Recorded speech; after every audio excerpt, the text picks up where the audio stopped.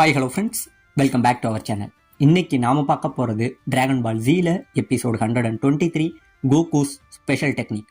So starting சீன்லயே போன தடவையே நம்ம ட்ரங்க்ஸ் சொல்லிட்டு போனா பார்த்தீங்களாங்க. ஸோ அதனால இவங்க எல்லாரும் பயத்தில் நின்றுகிட்டு இருக்கானுங்க. ஒருத்தவனும் என்ன பண்றதுன்னு தெரியாம அவன் மூஞ்ச பார்த்துக்கிட்டு பயத்தில் நின்றுகிட்டு இருக்க. உடனே நம்ம வெஜிட்டா நம்ம கோகுவை பார்த்து என்ன கேட்கறான், கேட்கறோட்டு நீ தான் பிளானட் நாமக்கோட வெடிச்சு செதறிட்டியே, நீ தான் செத்துட்டியே, நீ எப்பறா இப்போ உயிரோட வந்து இங்க நிக்கிற அப்படிங்கிற மாதிரி கேட்க. உடனே இவங்க ஃப்ரெண்ட்ஸும் ஆமாங்க கோகு நீ செத்துட்டங்கிற மாதிரி கிங்காயுமே சொன்னாரு அப்படிங்கிற மாதிரி நம்ம எம்சாவும் கேட்க. ஆமாங்க, போன தடவையே நம்ம கோகு பிளானட் நாமக்ல வந்து அந்த மிகப்பெரிய எக்ஸ்ப்ளோஷன்ல வந்து இவன் இருக்கிற ஜெட்டெல்லாம் அமுத்தி பார்ப்பான், ஒண்ணு கூட ஸ்டார்ட் ஆகாது. உடனே அந்த இடத்துல இவன் வெடிச்ச மாதிரி செத்த மாதிரி தான் மக்களாங்க அமைச்சிருப்பாங்க. இப்ப நம்ம கோகு அங்க என்ன நடந்தது அப்படிங்கிற அந்த கதையை சொல்றாங்க. அதாவது நம்ம கோகு அந்த ஷிப்ல இருந்து தப்பிக்க எவ்வளவோ முயற்சி பண்ணிருப்பான் பாத்தீங்களா. அப்படி இருக்க அந்த டைம்ல அந்த ஷிப்ல வந்து இந்த கின்யூ ஃபோர்ஸ் வந்திருப்பாங்க பாத்தீங்களா, அந்த 5 சின்ன சின்ன ஷிப்பு. சோ அந்த ஷிப் அதுக்குள்ள இருந்திருக்குங்க. உடனே அந்த பிளைட் வெடிச்சு அந்த தீப்பிழம்புக்குள்ள விழுகும் போது அதுல ஒரு ஷிப்பை பார்த்துட்டு இங்க இருந்து நம்ம கோகு என்ன பண்ணிருப்பான், அந்த ஷிப்புக்குள்ள புகுந்து எப்படியோ இந்த இடத்துல இருந்து தப்பிச்சிருப்பாங்க. தப்பிச்சு போக இந்த பிளானட்டோட வெடிப்புனால இவனுக்கு எப்படி ஷிப்பை கண்ட்ரோல் பண்றதுன்னு தெரியலங்க. எங்கெங்கயோ அடிபட்டு இந்த ஷிப்பு ஒரு வழியா ஏதோ ஒரு பிளானட்ல போய் லேண்ட் ஆகும். அப்படி லேண்ட் ஆக அந்த பிளானட்ல வந்து நம்ம கோகு பயங்கரமா அடிபட்டு கீழே விழுவாங்க. விழுக உடனே கண்ணை முழிச்சு பார்க்க இவனுக்கு முன்னாடி 2 ஏலியன்ஸ் மாதிரி 2 பேரும் நிப்பாங்க. இவங்களோட பேர் வந்து யாட்ரேடுங்கிறது இந்த பிளானட். இங்க வாழக்கூடிய இந்த பழங்குடியினர் மக்கள் தாங்க இந்த ஏலியன்ஸ். கிட்டத்தட்ட இவங்க தான் வந்து அடிபட்ட நம்ம கோகுவை காப்பாத்தி நம்ம கோகுவுக்கு மறுபடியும் ஒரு லைஃபே கொடுத்திருக்கானுங்க. இந்த கதை எல்லாத்தையுமே நம்ம கோகு நம்ம வெஜிடா கிட்ட சொல்லிட்டு இருக்க. உடனே நம்ம வெஜிடா பயங்கரமா கோபப்படுறான். எனக்கு அப்பயே தெரியும், ஏன்னா நீ போட்டிருக்கிற ட்ரெஸ் வரைக்குமே அவங்களோட ட்ரெஸ் தான், அவங்களுக்கு பெரிய அளவுல பவர் கிடையாது. இருந்தாலும் நீ அவங்க கூட இருந்த அந்த ஒரு வருஷம் நீ சும்மா இருந்திருக்க மாட்ட, நீ ஏதாச்சும் ஒரு விஷயத்த கத்துக்கிட்டு இருந்திருப்ப, உண்மையை சொல்லுங்க கரோட் நீ என்னத்தை தான் கத்துக்கிட்ட அப்படிங்கிற மாதிரி கேட்க. உடனே இவங்க ஃப்ரெண்ட்ஸுக்கும் பயங்கரமான ஆச்சரியம். கோகு ஆமா நீ ஏதோ ஒரு விஷயத்த கத்துக்கிட்ட, என்னத்தை தான் கத்துக்கிட்டேன்னு எல்லாம் ஆச்சரியத்துல நிக்க. இப்பதாங்க நம்ம கோகு சொல்றான், அதாவது இந்த பழங்குடியினர் மக்கள், அதாவது இந்த யாட்ரேட்னு சொல்லப்படக்கூடிய இந்த மக்கள்கிட்ட இருந்து நம்ம கோகு வந்து இன்ஸ்டன்ட் டிரான்ஸ்மிஷன் டெக்னிக், அதாவது ஒரு இடத்துல இருந்து இன்னொரு இடத்துக்கு ஒரு மைன்யூட் செகண்ட்ல போயிட்டு வர மாதிரி ஒரு டெக்னிக்கை கத்துக்கிட்டு இருந்திருக்கானுங்க. இந்த டெக்னிக்கை யூஸ் பண்றதுக்கு முன்னாடி முதல்ல இவன் மனசுல வந்து ஒரு ஆளை நினைக்கணும். அது மட்டும் கிடையாம ஒரு உயிருள்ள நபரோட அந்த கீ எனர்ஜி இருக்கு பார்த்தீங்களா, அதை ஃபீல் பண்ணுனா மட்டும்தான் இவனால இங்க இருந்து அந்த இடத்துக்கு வந்து மூவ் பண்ணி போயிட்டு வர முடியுங்க. ஆள் இல்லாத ஒரு எம்டி பிளேஸுக்கு இவனால போக முடியாதுங்கிற மாதிரி அந்த கதையை அவன் சொல்றான். இப்ப உடனே இவன் என்ன பண்றான், இங்க இருந்து அந்த பவரை ஃபீல் பண்ணி டக்குன்னு மறைஞ்சிடறாங்க. எல்லாரும் ஆச்சரியப்பட்டு பாத்தீங்கன்னா அடுத்த மைனூட் செகண்ட் போனவன் திரும்பி வந்துடுறான். வர இவங்களுக்கெல்லாம் ஒண்ணுமே புரியல. ஆமாங்க, வந்தவன் நம்ம மாஸ்டர் ரோஷி இருக்காரு பாத்தீங்களா, அவரோட கிளாஸை எடுத்துட்டு வந்துடுறான். இந்த பக்கம் நம்ம மாஸ்டர் ரோஷியை காட்ட அவரோட கிளாஸை தேடிக்கிட்டு இருக்காருங்க. இப்ப இந்த பக்கம் நம்ம எம்சாவுக்கு பயங்கரமான ஷாக்கு. கோகு இதுக்கு வாய்ப்பே இல்லை, ஏன்னா இங்க இருந்து கரெக்டா மாஸ்டர் ரோஷி 10,000 மைல் இருக்காரு, அதுவும் அவரோட கிளாஸை இவ்வளவு குயிக்கா நீ எப்படி எடுத்துட்டு வந்தங்கிற மாதிரி எல்லாரும் ஆச்சரியப்பட்டுக்கிட்டு இருக்க. உடனே நம்ம டியான் என்ன சொல்றான், சரி கோகு நீ இப்ப நிறைய விஷயங்களை கத்துக்கிட்ட, அந்த ஆண்ட்ராய்ட்ஸை பத்தி நீ என்ன நினைக்கிறேன்னு கேட்க. நம்ம கோகு ஆமால அவன் வேற சொல்லிட்டு போனானா ஆண்ட்ராய்ட்ஸை பத்தி, இப்ப நம்ம என்ன பண்ணலாம் நம்ம கோகு யோசிக்க. எல்லாரும் பயங்கரமா ஆச்சரியப்படுறாங்க, என்னடா உனக்கு ஒண்ணுமே தெரியாதாங்கிற மாதிரி சொல்ல. உடனே நம்ம பிக்கோலோ சொல்றான், ஆமா ஃப்ரெண்ட் கரெக்டா 3 வருஷத்துக்கு அப்புறம் மே 12ஆம் தேதி காலையில 10 மணிக்கு அந்த தீவுல மிகப்பெரிய மிருகங்கள் வரப்போகுது. நம்ம இதுவரைக்கும் போட்ட சண்டையை விட இந்த தடவை நம்ம போட போற சண்டை ரொம்பவே கடினமா இருக்க போகுது. அதனால இப்பயே உங்களால முடியல அப்படின்னா நீங்க உங்க இடத்துக்கு போயிடலாம், கடுமையா இனிமே நம்ம ட்ரைனிங் ஆரம்பிக்கணுங்கிற மாதிரி நம்ம பிக்கோலோ சொல்லிட்டு இருக்காங்க. இப்ப இந்த பக்கம் நம்ம புல்மா என்ன சொல்றா, ஃப்ரெண்ட்ஸ் நம்ம ஏன் இப்படி பண்ணக்கூடாது, நம்ம போய் அந்த டாக்டர் ஜீரோ இருக்காரு அவரே போய் நம்ம கொன்னா என்ன அப்படிங்கிற மாதிரி சொல்றாங்க. என்னடி புல்மா சொல்றாங்கிற மாதிரி கேட்க.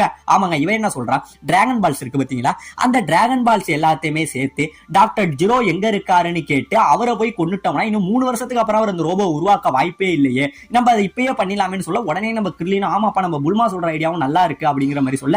உடனே நம்ம வெஜிடா என்ன சொல்றான், உனக்கு என்ன பைத்தியமா, இந்த மாதிரி ஒரு கோழைத்தனமான செயலை செய்யக்கூடாது, அவன் கூட சண்டை போடணும்னு ஆசைப்படுற நம்ம வெஜிடா சொல்ல. ஆனா போனா பைத்தியக்காரா நீ சண்டை போடுவ, நாங்களாம் என்னடா பண்றதுங்கிற மாதிரி நம்ம புல்மா பயங்கரமா கோவப்பட்டுக்கிட்டு நம்ம கோகு கிட்ட போய் கெஞ்சிராருங்க. கோகு நீனே சொல்லு கோகு, நீனு வெஜிடாவுக்கு சப்போர்ட் பண்ணாத, நம்ம வேணும்னா இப்பயே அவனை கொண்டுலான்னு சொல்ல. இல்ல புல்மா எனக்கும் அவன் கூட சண்டை போடணும்னு ஆசையா இருக்கு, வலிமையான எதிரிகள் கூட சண்டை போறது எனக்கும் ரொம்ப பிடிக்கும் நம்ம கோகு சொல்ல. உடனே நம்ம புல்மா ஐயோ டே ஃப்ரெண்ட்ஸ் நீங்களாச்சும் இவங்க பேச்சை கேட்காதீங்கடா, ஏன்னா இந்த சயானுங்கிறவங்களே ரத்த வெறி பிடிச்சவங்க, இவங்க சண்டைக்கு தான் நிப்பாங்க, நம்மளாச்சும் உயிரை காப்பாத்திப்போம், நீங்களா என்ன சொல்றீங்கிற மாதிரி நம்ம புல்மா எல்லாருக்கிட்டையும் கேட்க. எல்லாருமே என்ன சொல்றாங்க, ஆமா புல்மா நானும் நானும் சண்டைக்காக வெயிட் பண்றேன், என்னோட பலம் என்னங்கிறத நானும் செக் பண்ணணும்னு சொல்லி இவங்க ஃப்ரெண்ட்ஸ் எல்லாருமே வந்து சண்டைக்காக நிக்க நம்ம புல்மா பயங்கரமா ஷாக் ஆகுறாங்க. உடனே நம்ம கிர்லின் போய் நம்ம புல்மாவோட காதல சொல்றான், புல்மா இதை பத்தி நீ கவலைப்படாத, ஏன்னா இப்பதான் நம்ம கிட்ட வெஜிடா அப்புறம் பிக்கலோ அப்புறம் கோகு இவங்கலாம் இருக்காங்களே, அதனால நமக்கு எந்த பிரச்சனையும் வராது, அவங்க எல்லாத்தையும் பார்த்துப்பாங்கிற மாதிரி நம்ம கிர்லின் சொல்ல வேற வழி இல்லாம நம்ம புல்மாவுமே ஒத்துக்கிறாங்க. இப்ப இந்த பக்கம் நம்ம கோகு என்ன சொல்றான், ஓகே ஃப்ரெண்ட்ஸ் கரெக்டா 3 வருஷம் கழிச்சு மெட்ரோ வெஸ்ட்ல மே 12 நம்ம எல்லாரும் சந்திக்கணும் அப்படிங்கிற மாதிரி சொல்ல இந்த பக்கம் நம்ம வெஜிடா என்ன சொல்றான், ஏ காக்கரோட்டே நீ சூப்பர் சயானா மாறிட்டங்கிற அந்த திமிர்ல நடக்காத, அடுத்த வாட்டி உன்னை சந்திக்கும் போது உன்னை விட பலசாலியா நான் மாறி வரண்டான்னு சொல்லிட்டு நம்ம வெஜிடா கோவப்பட்டுட்டு இங்க இருந்து கிளம்பிடுறாங்க.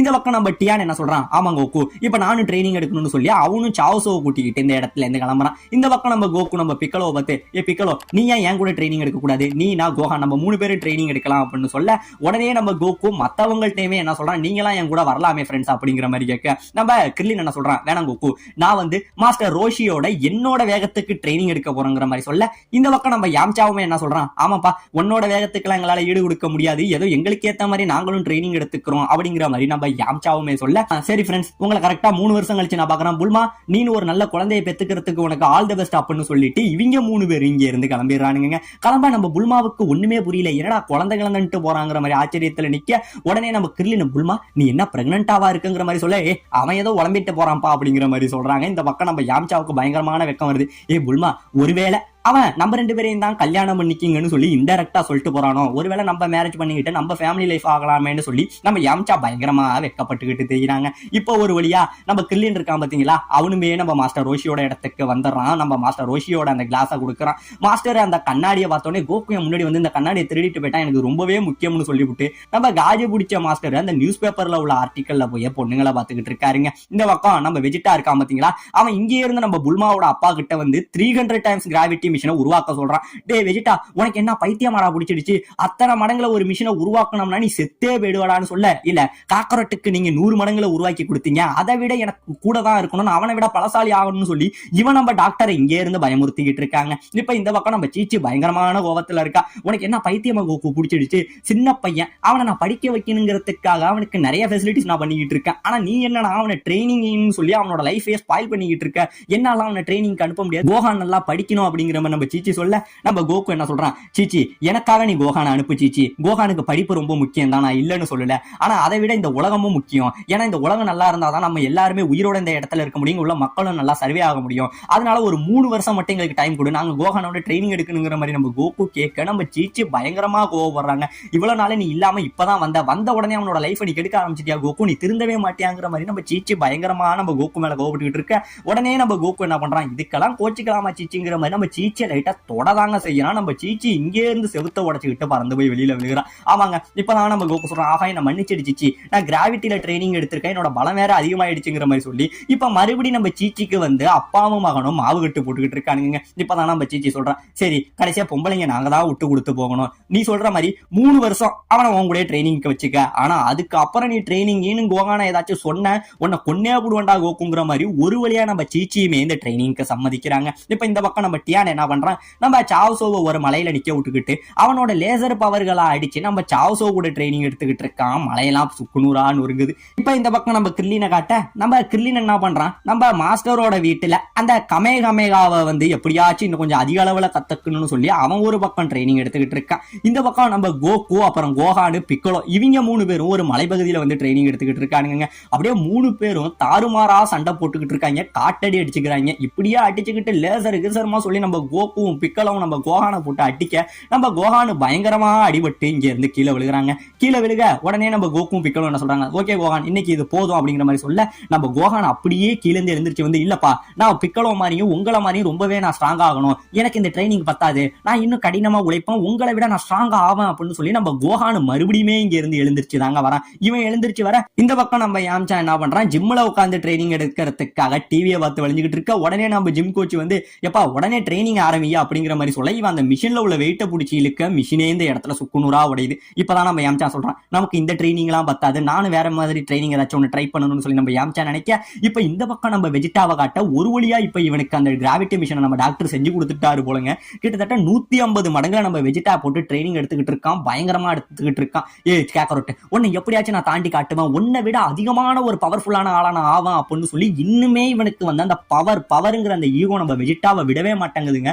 இவனை எப்படியாச்சும் நம்ம தோக்கடிக்கணுங்கிற அந்த வெறியிலேயே இவன் ட்ரைனிங் எடுத்துக்கிட்டு இருக்க. இந்த பக்கம் நம்ம பசங்க 3 பேரும் தாறுமாறா ட்ரைனிங் எடுத்துக்கிட்டு இருக்க. இதோட இந்த இடத்துல இந்த எபிசோட முடிக்கவும் செய்யறாங்க.